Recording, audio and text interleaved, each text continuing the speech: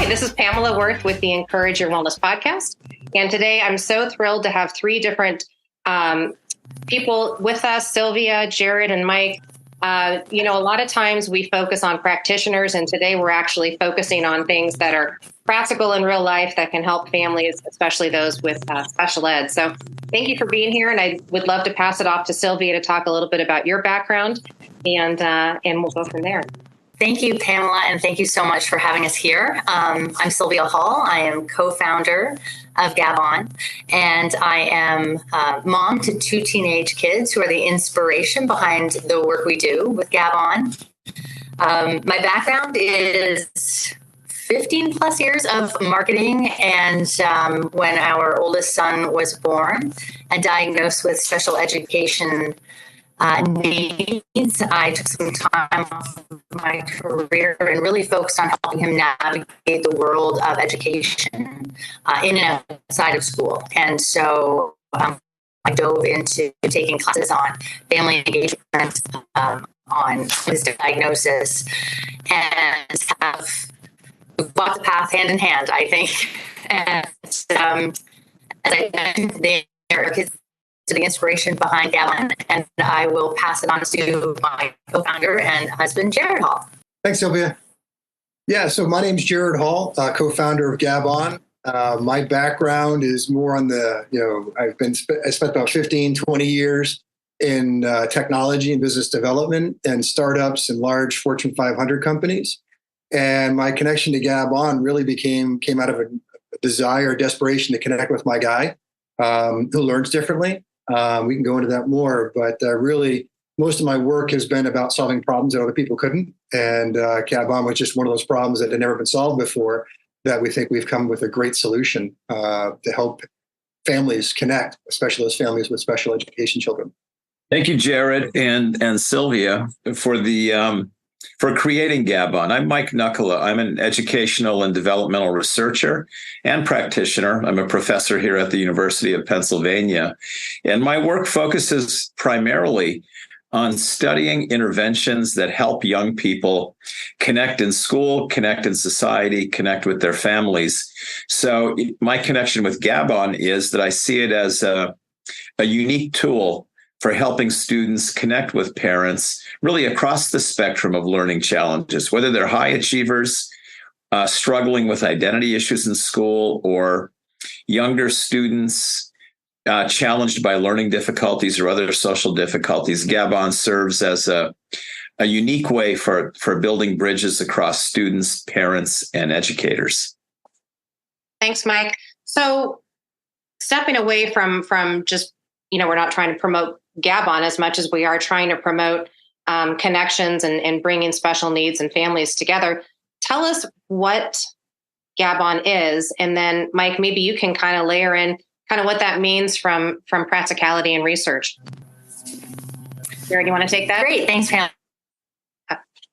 I'll start if that's sure. I'll kick it off, and then if Jarrid can back me up, and Mike can bring his expertise as he always does. I think I'll just start with the simplicity of what we do. We understand that it's all about connections. It's all about building family relationships, because that is fundamental to a child's development and a child finding their way in the world. And so what we do is, in its most simple form, is we help kids remember their day and allow them to talk about it with their parents. And so those smaller conversations that start about what they do in school tend to lead to bigger conversations about social situations or peer relationships, what's happening in the world around them. And it helps us get to know our kids. And the more we can know our kids, the better parents we can be. And it just makes for a more connected family. It gives our kids a feeling of belonging,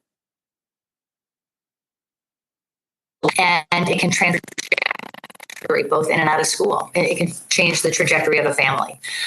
So we created it for simplicity. It's simple to use, but the impact is complex and tremendous. Jarrid, do you want to add a lot more to that? Yeah, sure. Thanks, Sylvia. As Sylvia said, we started this really from a family perspective to make sure that we could connect with our kids. But a little bit more of that backstory that goes along with that, with Gabon, is that, when Austin was growing up, we were very connected and very, as a family. But as he grew older, I started to notice he was disconnecting.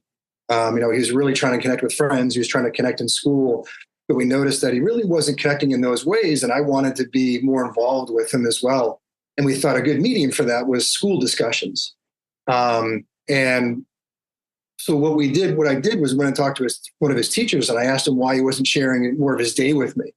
And I think what I'm going to talk about is similar for a lot of kids with special education needs. Is the teacher looked at me and said, "Well, he doesn't share his day with you because he can't remember his day." And she introduced me to the concept of working memory, and I didn't know what that was. And the way she described it to me was working memory is what kids use from an executive function perspective to remember what happened during the day, what happened during conversations, what happened in class to share later in the day with you. And he can't do that. So asking Austin to remember his day is like asking a blind person to try harder to see. Neurologically, he can't remember his day. So from a working memory perspective, he was in the 5th percentile. So when I asked him about his day, he literally could not remember.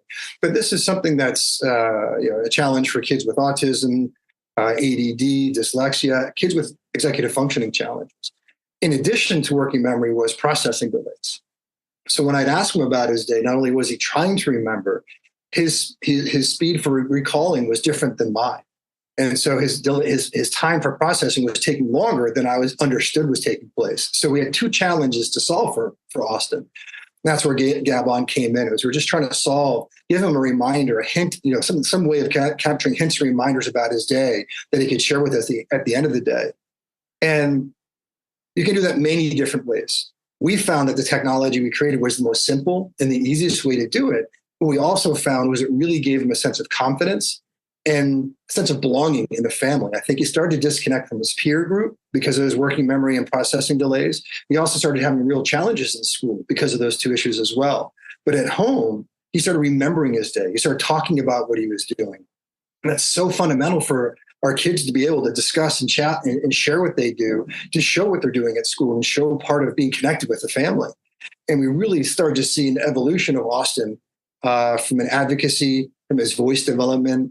And actually, he made such great progress with advocacy. He won the Grit Award in school for the progress he made and be able to advocate for himself and ask for help from teachers, from his resource team.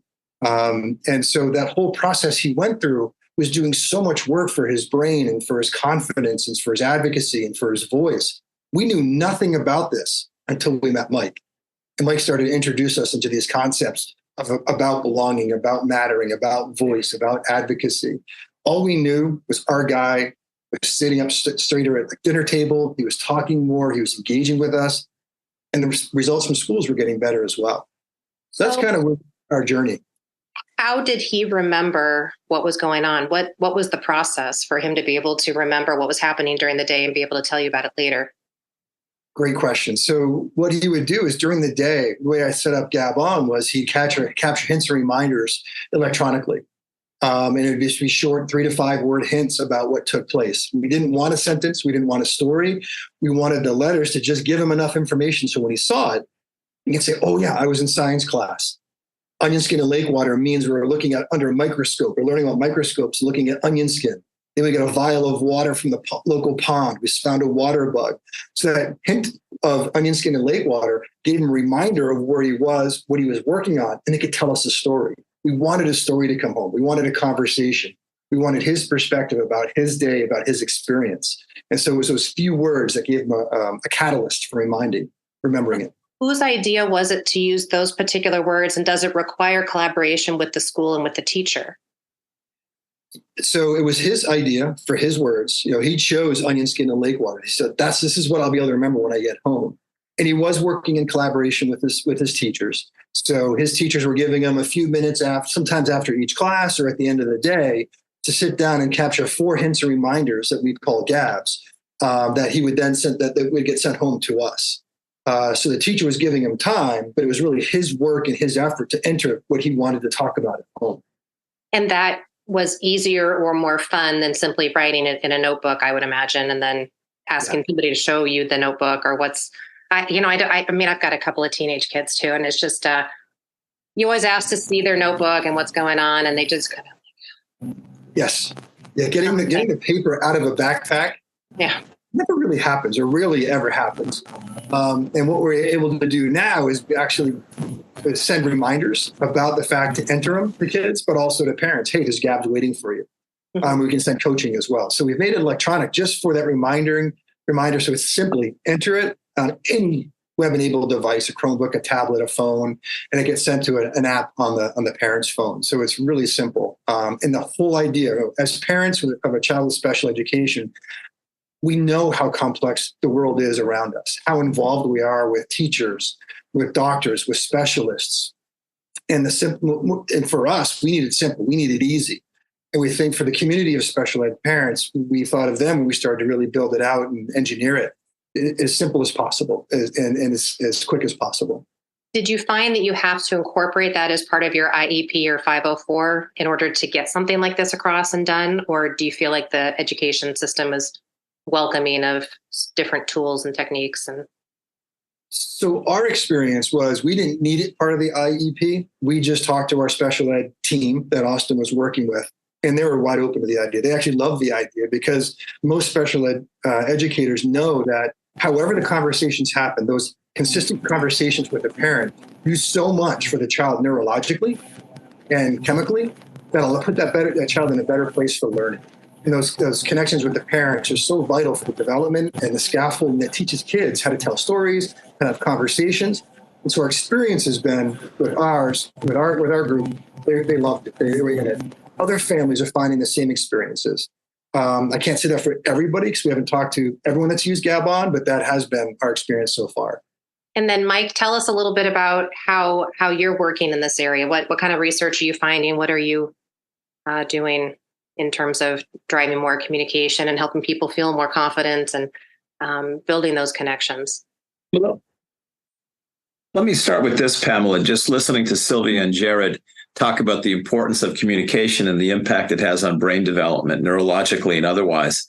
I often start my discussions around this with a very simple fact that people are interpersonal before they are individual. So if you think about an infant doesn't have a sense of being an individual person. An infant's connected to a caregiver, typically a mother, and learns to be a person through all those connections with the mother or the caregiving environment.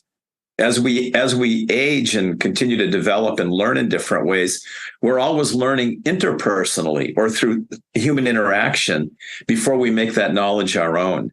So we often make the mistake of thinking about individual development preceding interpersonal development, whereas it's actually the reverse.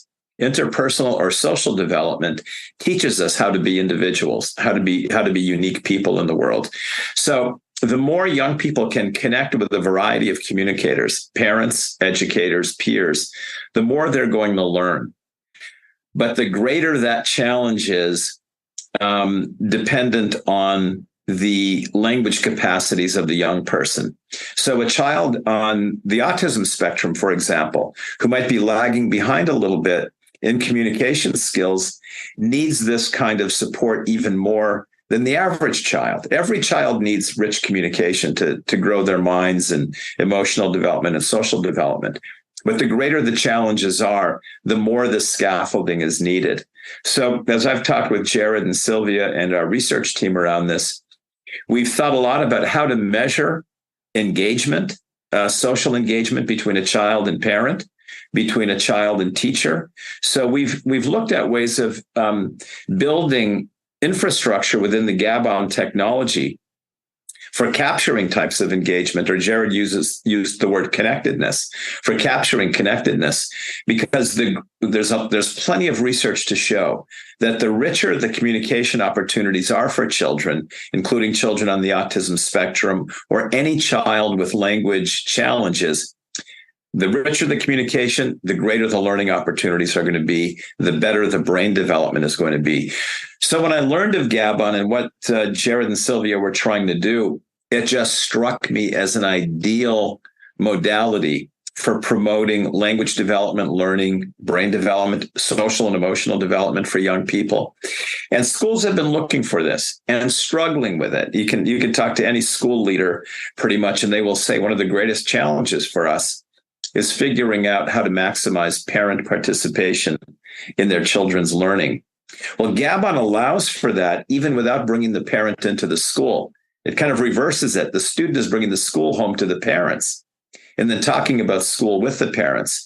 So you have a multifold benefit there.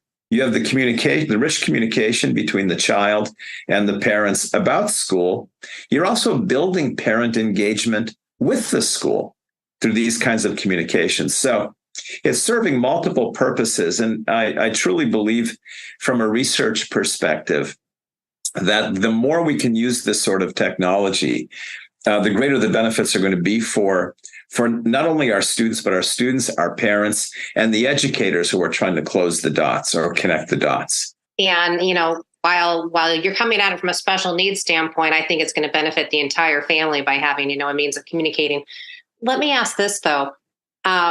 As the kids go through certain periods of time in school, they don't really want to be individuals. They want to be, kind of fit in or whatever.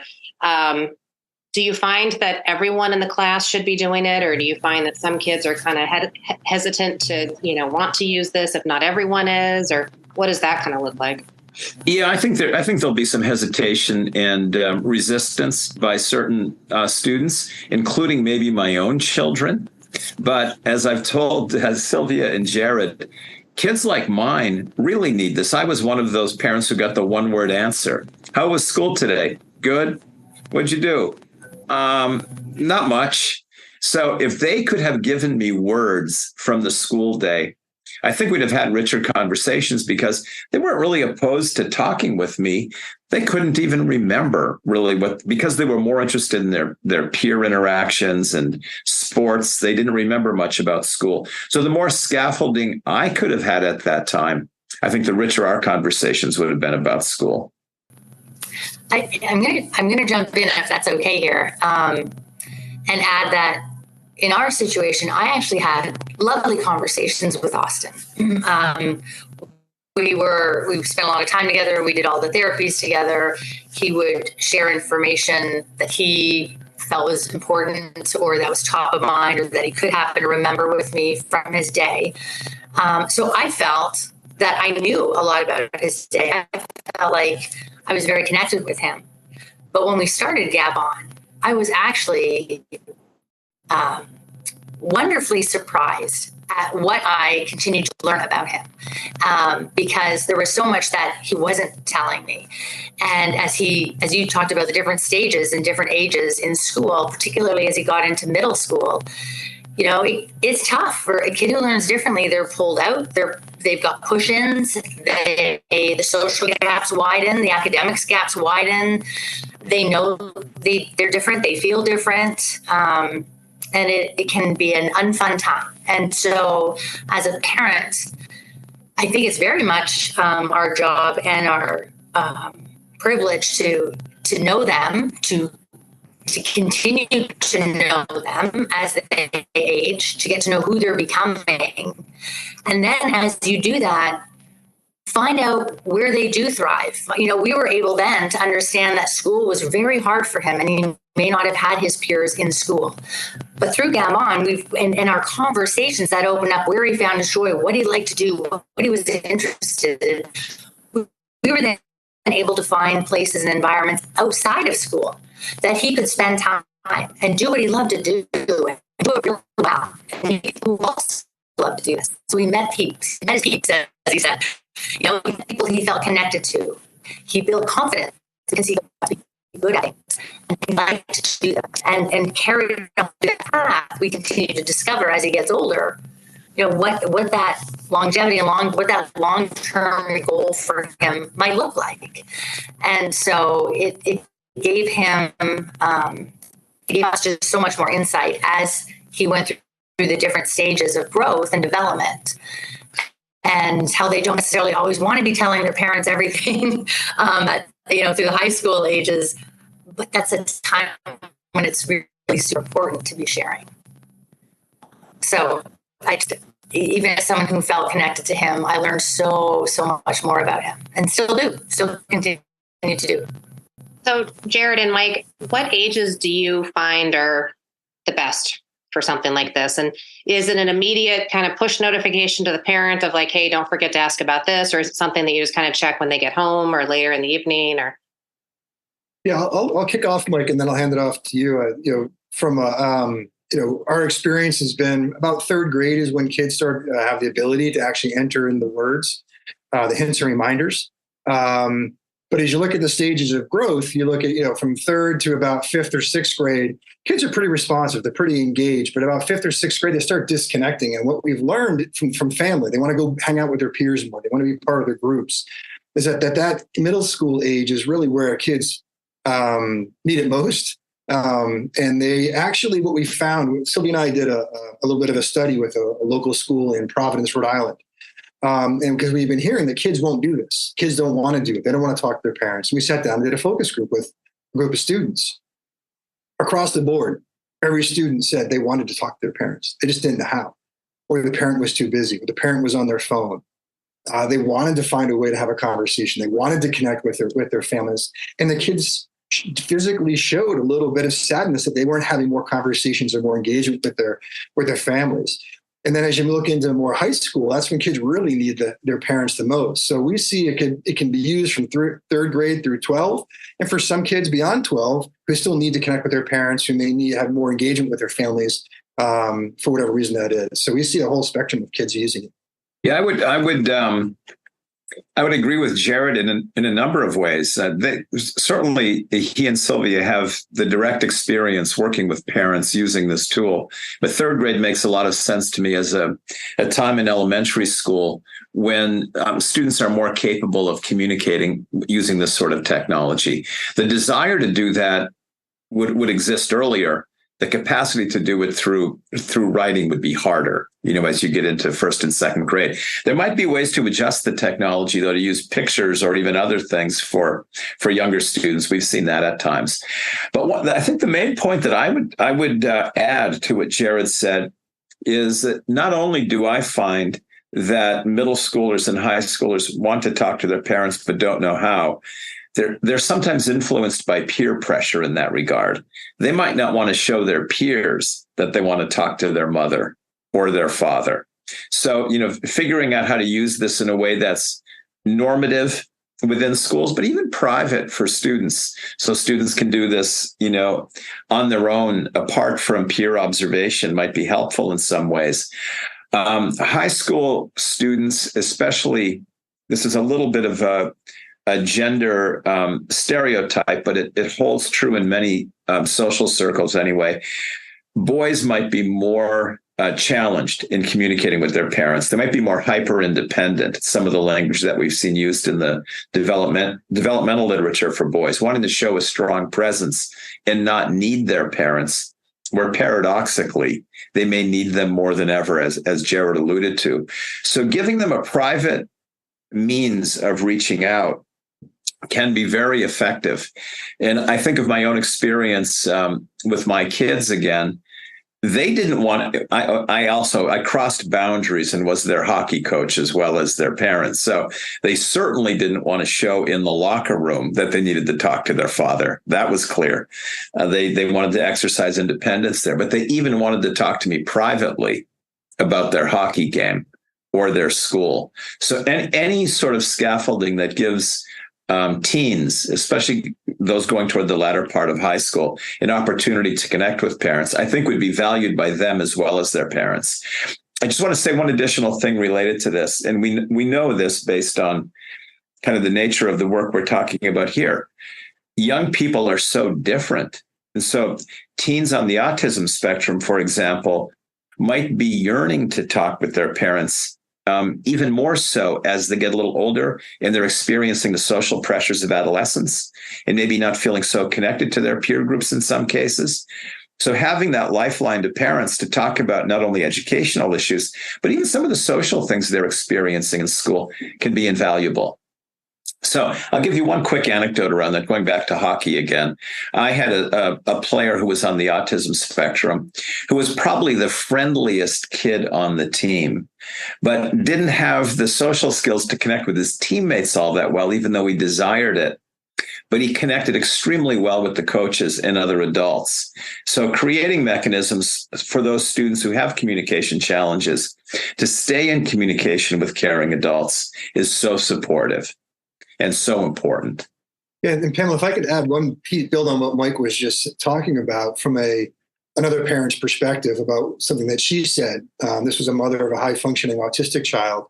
And she talked about how he was quite quiet, as Mike just outlined, didn't communicate a whole lot. When they started to find this consistent conversations and allowing it really is student-led. So we talk about student-led as the students creating the gap, they're leading the conversation.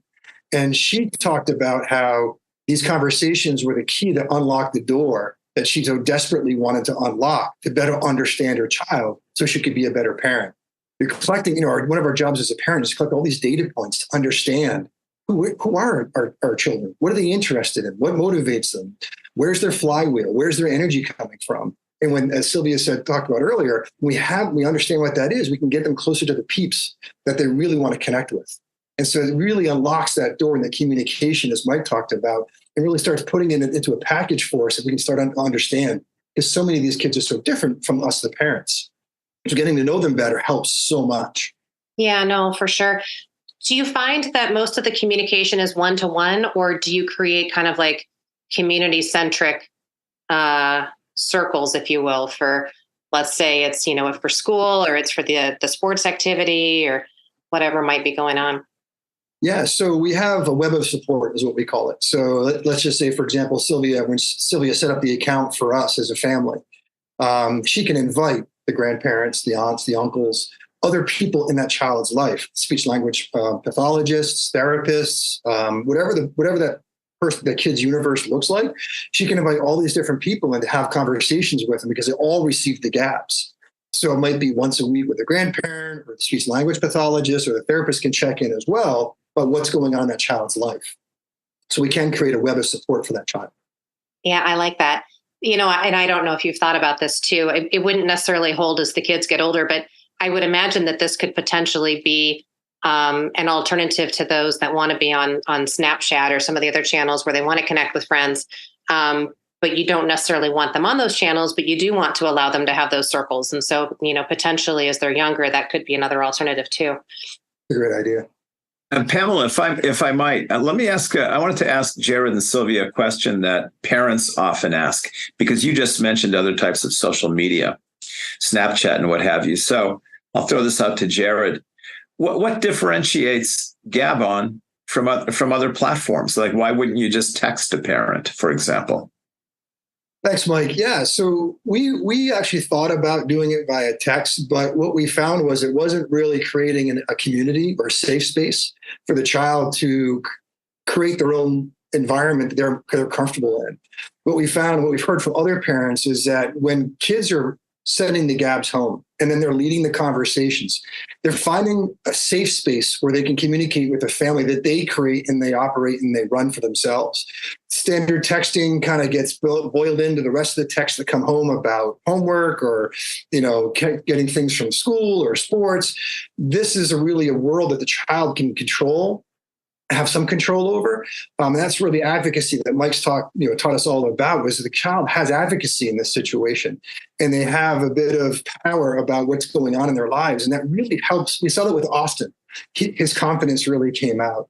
His ability to communicate really developed because he knew when he was using GAB-on, this was his time. It was his world. He literally ran the conversation. And the other thing I would say from a social media perspective is social media, although kids are, my daughter talks about talking with kids, they're texting, they're snapping, but they're still isolated. It's not face-to-face. Whether we're talking face-to-face right now, we have eye contact, we see body language. In person's even better. But with that interpersonal communications and that interpersonal engagement, that really gives the feedback the child needs and can build a relationship with somebody and learn that scaffolding that Mike talked about.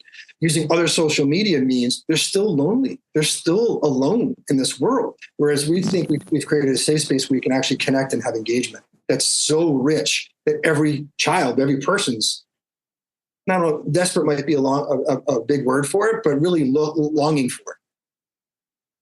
Not even sure desperate's a stretch, Jarrid. I think there are in many cases desperate needs to connect. We've seen more and more of this in the COVID and quasi post-COVID era, where there was a lot of isolation for young people and for people of all ages. So we're seeing the need to connect being greater now maybe than ever before. And in many cases, there is a desperate need to do that. Sylvia, I know you wanted to follow up on some of Jarrid's comments. Do you want to follow up on that? I'm so sorry because I went to jump in a couple of times and I feel like I'm back in COVID because the dogs are sort of barking like crazy. So I apologize if there's some background noise right now. But I think Jarrid hit on the point I was going to jump in on, and that was that I think the main difference is, Gabon, it's an intentional time for kids to think about what they want to talk to their parents about. And then that conversation has to ensue. It's not a back and forth texting. It's really a one-way, this is what I really want to share with you today, and I really want you to know it. And so they're able to have the conversations. And then as a parent, we're able to share our stories with our children in the moment, eye to eye, face to face, and where those conversations can then go from, I think I touched on at the beginning, from smaller stories to the bigger conversations that need to happen. And it does not lead, it leads to the opposite of isolation. It leads to that sense of belonging. And so we often say that Gabon is the anti-social media, because they feel like they're in the moment. They feel like they have someone on their side. They feel connected. And they're not feeling as our kids have often felt on social media. They're not feeling left out. They're not feeling that they're behind, unincluded, all of those things that, unfortunately, social media can have such a detrimental impact on them. And if I could just throw in one more story, Pamela, about kind of how that evolved for us. Austin had sent home a GAB, and it was robot consciousness. And he and I were driving. One of the things that he and I did together as hobbies was we used to weld. And he'd create characters that he wanted to create. And we were driving to the welding facility where we worked together. And he read out, robot consciousness. And I said, what is that all about? And he said, I want to bring consciousness and emotions to robots. I want them to be able to bring feeling and understanding and connection with humans as much as possible. And it was something I'd never heard him talk about before. And that led us into the conversation about how we wanted to create simulators for people and to be able to connect with machines so that as they're working together, there's a better relationship between the two. Now, he's very early in his school career, but he's studying this concept about how to bring consciousness into robots and technology. I would have never known this was an interest of his until he brought it up. It's that kind of insight for many stories like that along the way. But it really changes how you see what your child wants to study, what they're interested in, what they're passionate about. Well, it definitely sounds like a gift in terms of how to communicate and bring families closer together. Anything left in closing? We've just got about a minute or so that you want to share how people can find out more. Mike, if you've got some areas where you want to share more about research, anything particular you want to share. Jarrid, you want to go first about upcoming developments? Yeah, so Gab-on is available. You can go to our website, which is GAB-on.com. We're in the App Store as well. And so you can come to the website, you can go download the app. We'd love to hear about experiences you have with Gab-on. We're actually beginning to create a community of intentional parents who are engaging with Gab-on, not just to use it, but to share their experiences. And we can share those in the community that's larger about how to weave this concept into the culture and the fabric of the families. Yep. And I would add, Pamela, that clearly the focus for Gab-on is student-parent communication. But the more I learn about it and the more I see the value in it, the more I see other possibilities for using it, including mentors communicating with mentees. Because mentors often have this concern. How do I follow up with the students I'm mentoring in between our sessions? I think if they had access to Gab-on, that would be one answer to that dilemma or that question. In fact, I told Jarrid and Sylvia I was going to purchase the app recently, and I haven't done that yet, but I need to do it and see if it can enhance my communication with my wife, because we often get so busy in our lives, we forget what we did during the day. So I think I'm going to try it and see how it works for parent or spouse communication. Super. Well, thank you all so much for being here, and look forward to learning more about the communication and families and how to improve all of our connectedness. Thanks for having us.